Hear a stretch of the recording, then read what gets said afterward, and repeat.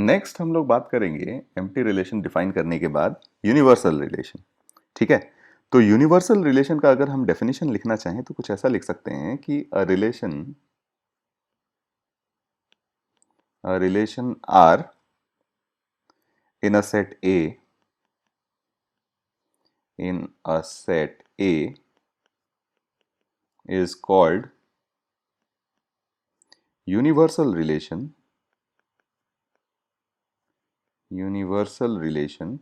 if every element या if each element of A is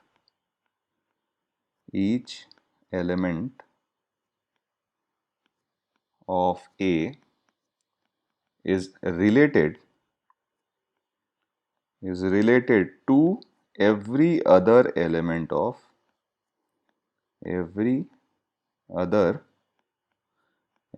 of A। ठीक है, अगर मान लीजिए आपके हर each element of A is related to every other element of A, तो ऐसे रिलेशन को हम लोग क्या कह देते हैं, अपना यूनिवर्सल रिलेशन। और ये रिलेशन और कुछ नहीं बल्कि आपका सेट ए क्रॉस ए ही हो जाता है। ठीक है, सेट ए क्रॉस ए ही हो जाता है। जैसे एग्जाम्पल के तौर पे एक एग्जाम्पल लेते हैं। ठीक है, जैसे मान लीजिए हमारे पास एक सेट है जिसमें हमने कुछ नंबर्स ले लिए 1 2 3 एंड 4। ठीक है, और हमने एक relation R is a relation from A to A।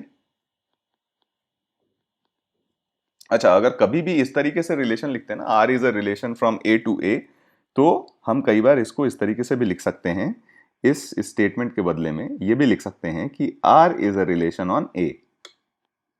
ठीक है, इसके बदले में हम ये सेंटेंस भी यूज कर सकते हैं कि R is a relation on A।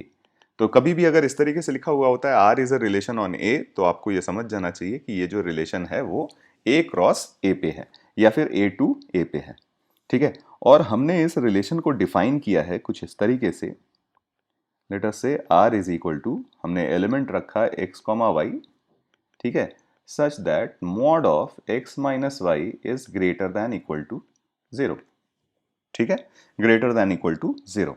अब अगर आप देखोगे कि एब्सोल्यूट वैल्यू ऑफ रिलेशन में हमें एलिमेंट्स किस तरीके से सेलेक्ट करने हैं, such that absolute value of two elements is always greater than equal to 0।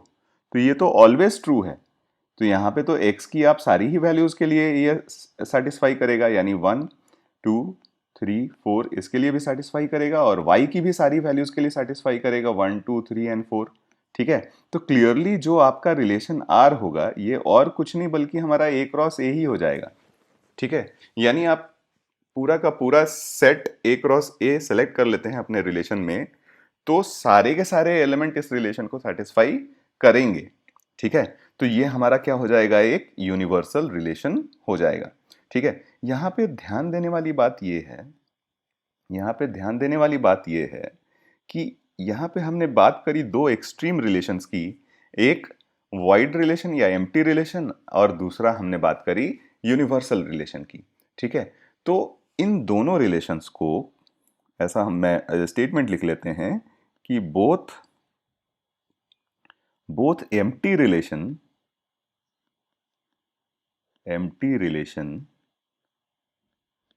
and universal relation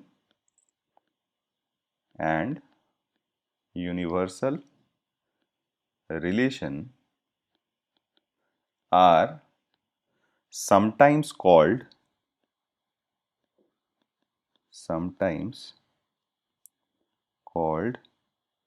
trivial relations। ठीक है, कभी कभी इनको हम लोग क्या बोल देते हैं, ट्रिवियल रिलेशंस। यानी अगर ये वर्ड आपके सामने आ गया कभी, ट्रिवियल रिलेशन, ठीक है, तो आपको ये ध्यान में रखना है कि ट्रिवियल रिलेशन में या तो बात की जा रही होगी एम्प्टी रिलेशन की, या फिर बात की जा रही होगी यूनिवर्सल रिलेशन की। ठीक है, तो आपको ये बात याद रखनी है।